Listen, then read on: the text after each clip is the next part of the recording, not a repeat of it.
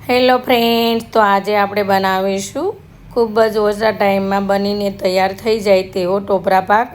તો આપણે અહીંયા કોઈ માવાનો ઉપયોગ કે દૂધનો ઉપયોગ કર્યા વગર આપણે ટોપરા પાક બનાવીશું અને છાશણીનો પણ આપણે કોઈ લેવાની જરૂર નથી। એ રીતે આપણે આજે ટોપરા પાક બનાવવાનો છે।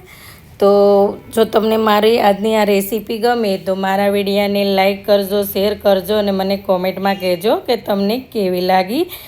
તો ચાલો જોઈ લઈએ રેસીપી। તો મેં અહીંયા એક પેન લીધું છે, તો આપણે તેમાં હવે 1 વાટકો દૂધ એડ કરી દેવાનું છે।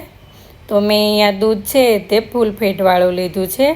ત્યાર પછી આપણે તેમાં ખાંડ મેલ્ટ કરી દઈશું। તો આ રીતે આપણે સતત હલાવતા રહીશું જેથી ખાંડ મેલ્ટ થતાં વાર ના લાગે। તો આપણે અહીંયા કોઈ ચાસણી નથી કરવાની।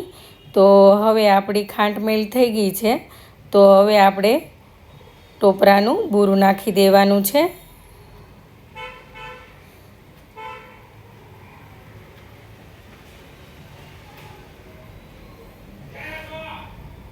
તો આ રીતે આપણે મિક્સ કરી લેશું।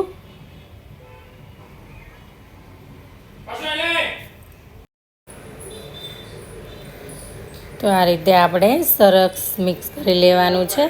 તો ત્યાર પછી મેં અહીંયા 1 વાટકો ફ્રેશ મલાઈ લીધી છે, જે ઘરની આપણી તાજી મલાઈ હોય તે લીધી છે। તો તેને પણ આ રીતે આપણે મિક્સ કરી લઈશું।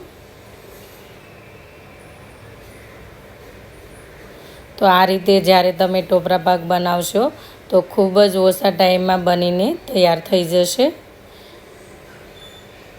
જો મારી ચેનલ પર તમે નવા હોય તો મારી ચેનલ સબસ્ક્રાઈબ ન કરી હોય તો સબસ્ક્રાઈબ કરી દેજો ને બાજુમાં બેલ આઇકન બટન છે તેને પ્રેસ કરી દેજો, જેથી મારા નવા વિડીયો તમને પહેલાં જોવા મળે। તો મેં અહીંયા મિલ્ક પાવડર લીધો છે, તો તેને હું આ રીતે ઉપરથી આ રીતે હું કોરો જ નાખી દઉં છું।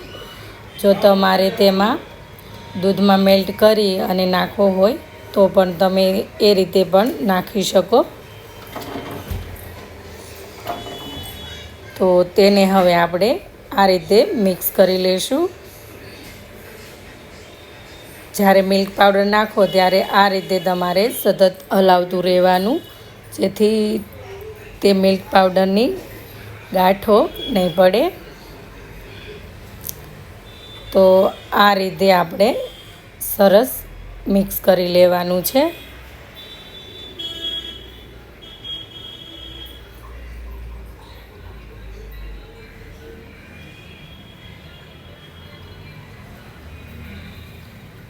તો મેં અહીંયા થોડું એવું ગરમ પાણીમાં કેસર આ રીતે પલાળી રાખ્યું હતું, તો તેમાં થોડો કેસર કલર પણ નાખ્યો છે। તો હવે તે આપણે તેમાં એડ કરી દઈશું અને હવે આપણે તેને મિક્સ કરી લેવાનું છે।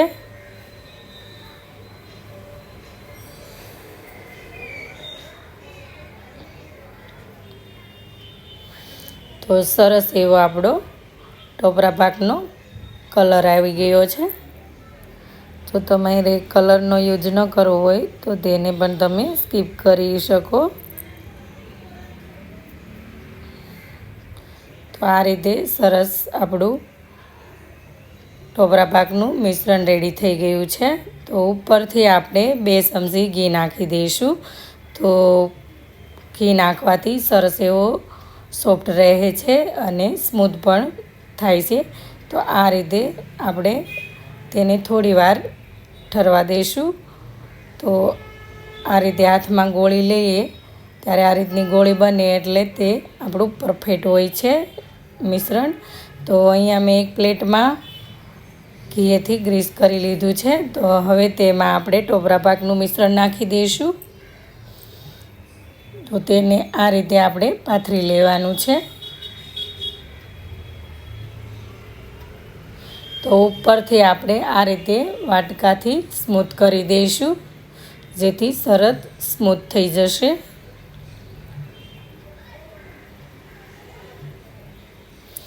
તો હવે આપણે ટોપરા પાકના પીસ બનાવી લઈશું.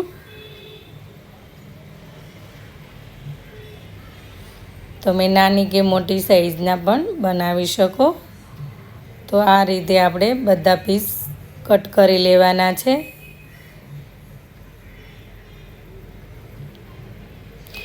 તો હવે આપણે તેને ઉપરથી ગાર્નિશ કરી દઈશું. તો મેં અહીંયા ટોપરાનું બોરું જ લીધું છે. તમે કોઈ પણ ડ્રાયફ્રૂટથી પણ ગાર્નિશ કરી શકો. તો હવે આપણે તેને આ રીતે 1 થી 2 કલાક જેવું સેટ થવા મૂકી દઈશું. તો 1 થી 2 કલાક થઈ ગઈ છે. તો સરસ એવું આપણે એક પ્લેટમાં સર્વ કરી લઈશું. તો આ રેડી છે આપણો ટોપરા પાક. ખૂબ જ ઓછા ટાઈમમાં બનીને તૈયાર થઈ જાય તેવો. તો જોતાં જ ખાવાનું મન થાય તેવો આપણો ટોપરા પાક બનીને રેડી છે. જો આજની તમને મારી આ રેસીપી ગમી હોય તો મારા વિડીયોને લાઈક કરજો ને વધુમાં વધુ શેર કરજો ને મને કોમેન્ટમાં કહેજો કે તમને કેવી લાગી. અને હા, હજી સુધી ચેનલ સબસ્ક્રાઈબ ન કરી હોય તો સબસ્ક્રાઈબ કરી દેજો અને બાજુમાં બેલ આઇકન તેને પ્રેસ કરી દેજો, જેથી મારા નવા વિડીયો તમને પહેલાં જોવા મળે. બાય ફ્રેન્ડ્સ, ચાલો મળીએ એક નવી રેસીપીની સાથે.